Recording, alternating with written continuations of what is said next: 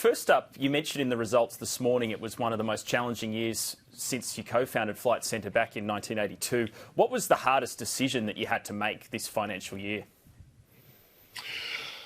It was definitely the hardest year by a long shot, Ed. I think, look, we had to realise really early on that we had to stand down a lot of people, and that's tough. You know, we built up a business of 22,000 people in 23 countries over the last 40 years or so. So having to stand down 70% of those and without really knowing when they might be coming back, it was tough, and not only on me, but particularly on our leaders in the different countries because they were at the coalface in terms of how it did affect our people.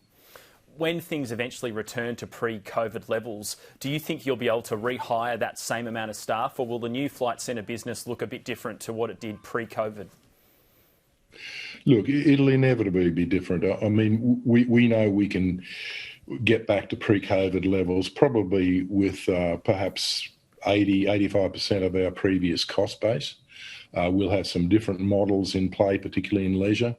And different automation in our corporate travel business. So, yeah, definitely. But I think, obviously it'll probably mean 60 to 70% at least of our previous workforce will come back, but they mightn't all be the same people because this will take time, and many of them will have other jobs, other roles, I'm sure.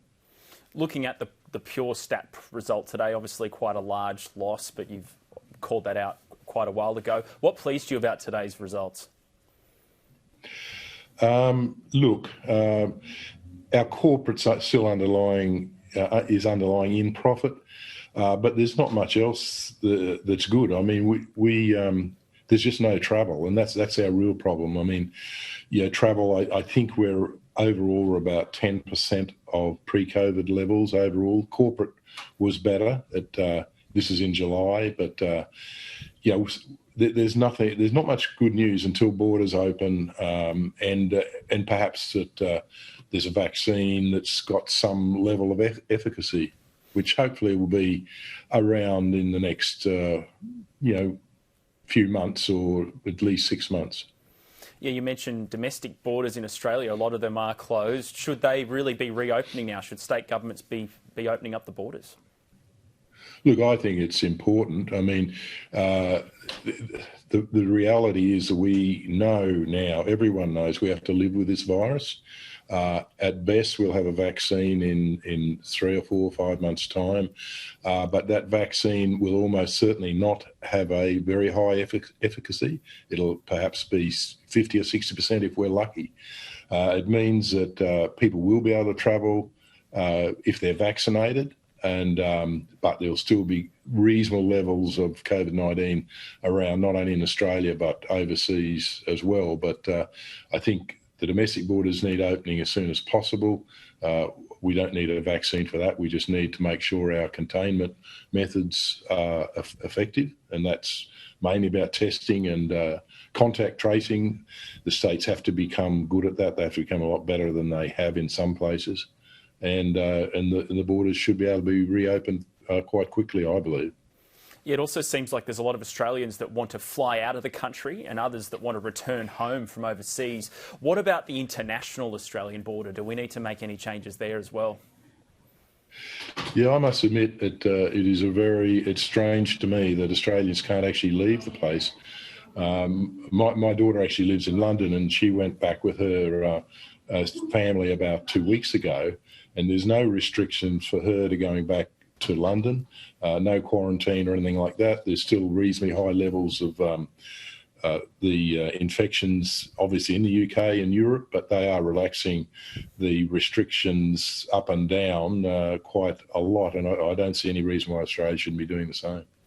Looking at your sort of forward bookings, where are they mostly coming from? Is it your foreign markets that are actually the ones that are performing the best at the moment in the new FY 2021 financial year?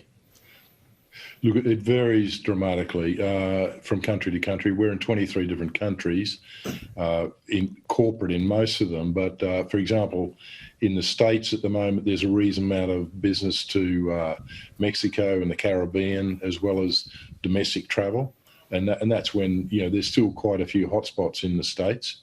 In Europe, we've got a lot of government work, particularly in France. And in the UK, there is intra-Europe flights are going quite well, but, it's still quite small in most places.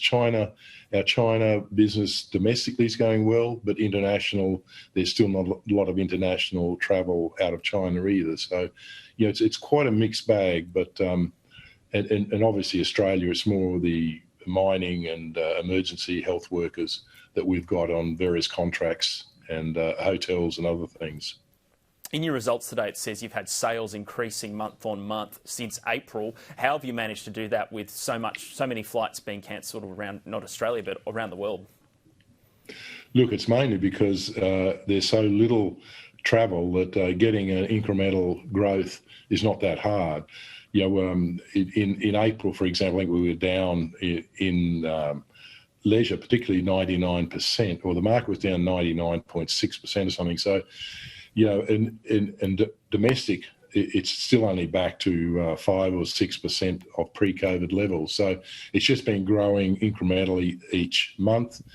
Corporate's a little bit better because businesses just have to travel, particularly the mining companies and some of the other health contracts we've got. So it's been picking up a bit more, but the numbers are small. We're still only looking at 15 to 20% overall of pre-COVID levels and growing quite slowly. And then you have a border closure like Queensland, and that negatively affects us. The same in the UK with, some of the countries having to quarantine to come back into the UK, that immediately slows any growth again. Just in regards to your bricks and mortar stores, how lenient have landlords been over the last few months in regards to rent and potentially deferring rental payments? Have they been easy to work with? Yeah, look, we've got a pretty good relationship with our landlords in most of the countries we work in. Obviously, in Australia and New Zealand, there are some big groups like the Westfield Centres, and we've generally, I think, come to a reasonable understanding with them. They obviously want us to survive, and we certainly need some favours to make sure that we can last this out in the short term and come back in the longer term to prosper and grow a lot. And we're pretty confident we've got reasonable win-win, even with the fact that we've had to shut quite a few locations in a number of countries, and particularly in Australia. Just on mental health, what impact has COVID had on the mental health of your employees? Look, we have a reasonable program that our stood down people still have access to in terms of help they might need in this. But look, it's a tough time for people who are even working, but particularly those who are in lockdown and stood down at the same time. A lot of our people are, younger people, 25 to 45-year-olds with young families and mortgages, and the uncertainty of the future means it's really tough mentally and financially on many of them, and the uncertainty is probably one of the worst things. Yeah, you mentioned the future. What is the outlook looking like for Flight Centre, and when do you expect travel will be back to pre-COVID levels? How long are we looking here? Look, we're looking at general consensus, and obviously this all depends on government restrictions. Doesn't depend on the virus. It's really what the government's attitude to the virus is. But the general consensus is probably around the middle of 2024, or that financial year, 23-24, that we'll see a return to pre-COVID levels. We won't need to get back to that level to be in a reasonable position. We believe once we get to 30 or 40%, maybe 35% in corporate travel and 45 in leisure, we'll be back to a break-even situation. So we're looking at that probably certainly within the next year, probably earlier for corporate, a little later for the leisure business. But and then it'll be a matter of how profitably we can grow from then to the 2024 year. Graham Turner, thanks very much for joining us today. Thank you very much.